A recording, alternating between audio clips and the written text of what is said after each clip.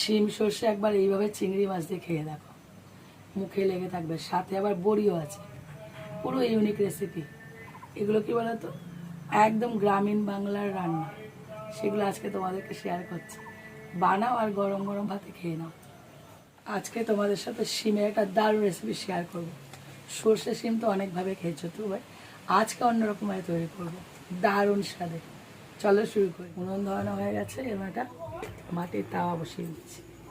এর মধ্যে দিয়েছি সর্ষের তেল। তেলটা একটু গরম করে নিয়েছি। এবার এর মধ্যে দিয়েছি লবণ আর হলুদ, খুব সামান্য।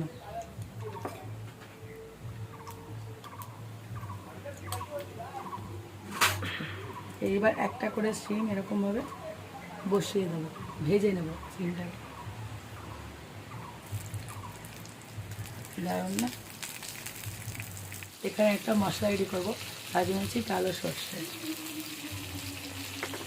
নিচে কয়েক কোয়া রসুন আর 4টে মতো কাঁচা লঙ্কা। এবার এটাকে বেটে নেব। সমস্ত শিম ভাজা হয়ে গেছে, দেখো কিছুটা তুলে নিয়েছি আর পরেরটা ভেজে নিলাম। এবার সব কটা এক জায়গায় নিয়ে নেব। এবার এই তেলের মধ্যেই চিংড়ি মাছগুলোকে ভেজে নেব। এর মধ্যে একটু লবণ হলুদ মাখিয়ে নিয়েছি।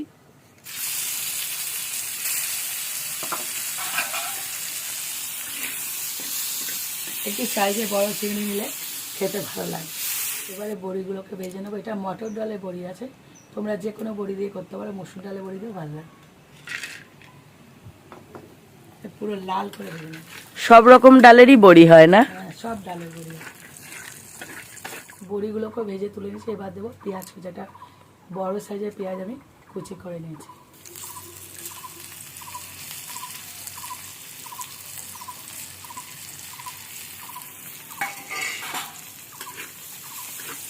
পেঁয়াজটাকে দেখো হালকা করে ভেজে নিয়েছি।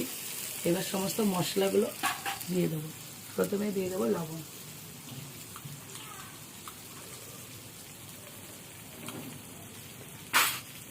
হলুদ গুঁড়ো,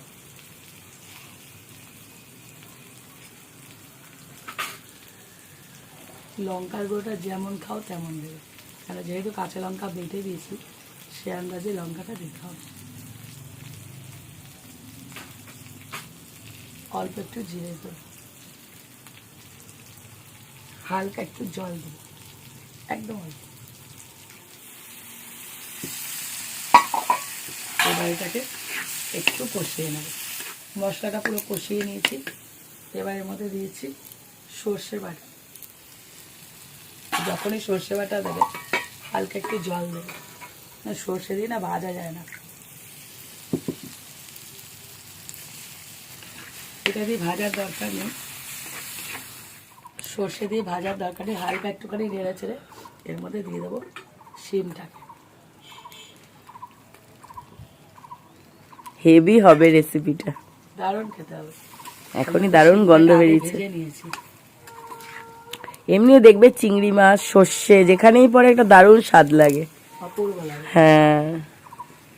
শিমটা দিয়ে একটু হালকা নেড়ে চেড়ে এবার দিয়ে দেবো চিংড়ি মাছ ভাজাটা, আর এই একসাথে দিয়ে দেবো বড়িটা। দারুণ না? হেভি। এবার ওলট পালট করে আস্তে করে নিয়ে, খুব বেশি একদম করতে হবে না, একটু ওলট পালট করতে হবে, কেননা চিংড়ি মাছের যে ফ্লেভারটা এটা শিমের মধ্যে আসতে হবে। তার জন্য দেখো সব মেশানো হয়ে গেছে। এবার এই যে চিংড়ি মাছ তুলেছিলাম যে বাটির মধ্যে, সেইটা একটু ধুয়ে জল দেবো। খুব বেশি জল পড়বে না, একদম অল্প।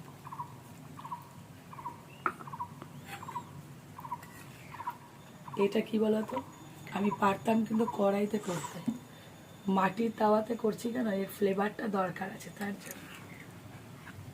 দেখো একদম মাখা মাখা একটা রেসিপি, খুব বেশি জল, হাফ কাপ জলে। দেখো যেহেতু শিমটা ভেজে নিয়েছি তার জন্য খুব বেশি বেশি জল দেওয়ার দরকার নেই। দেখো একটু গা মাখা মাখা, এটাকে ঝোল বলে না, মাখা মাখা করে না। সর্ষে মাখা গা মাখাই ভালো লাগে। হ্যাঁ, দারুণ গন্ধ বেরিয়েছে। সবচেয়ে বড় কথা, ঠিক এই সময় নামানোর আগে একটুখানি চিনি দেবো, অল্প।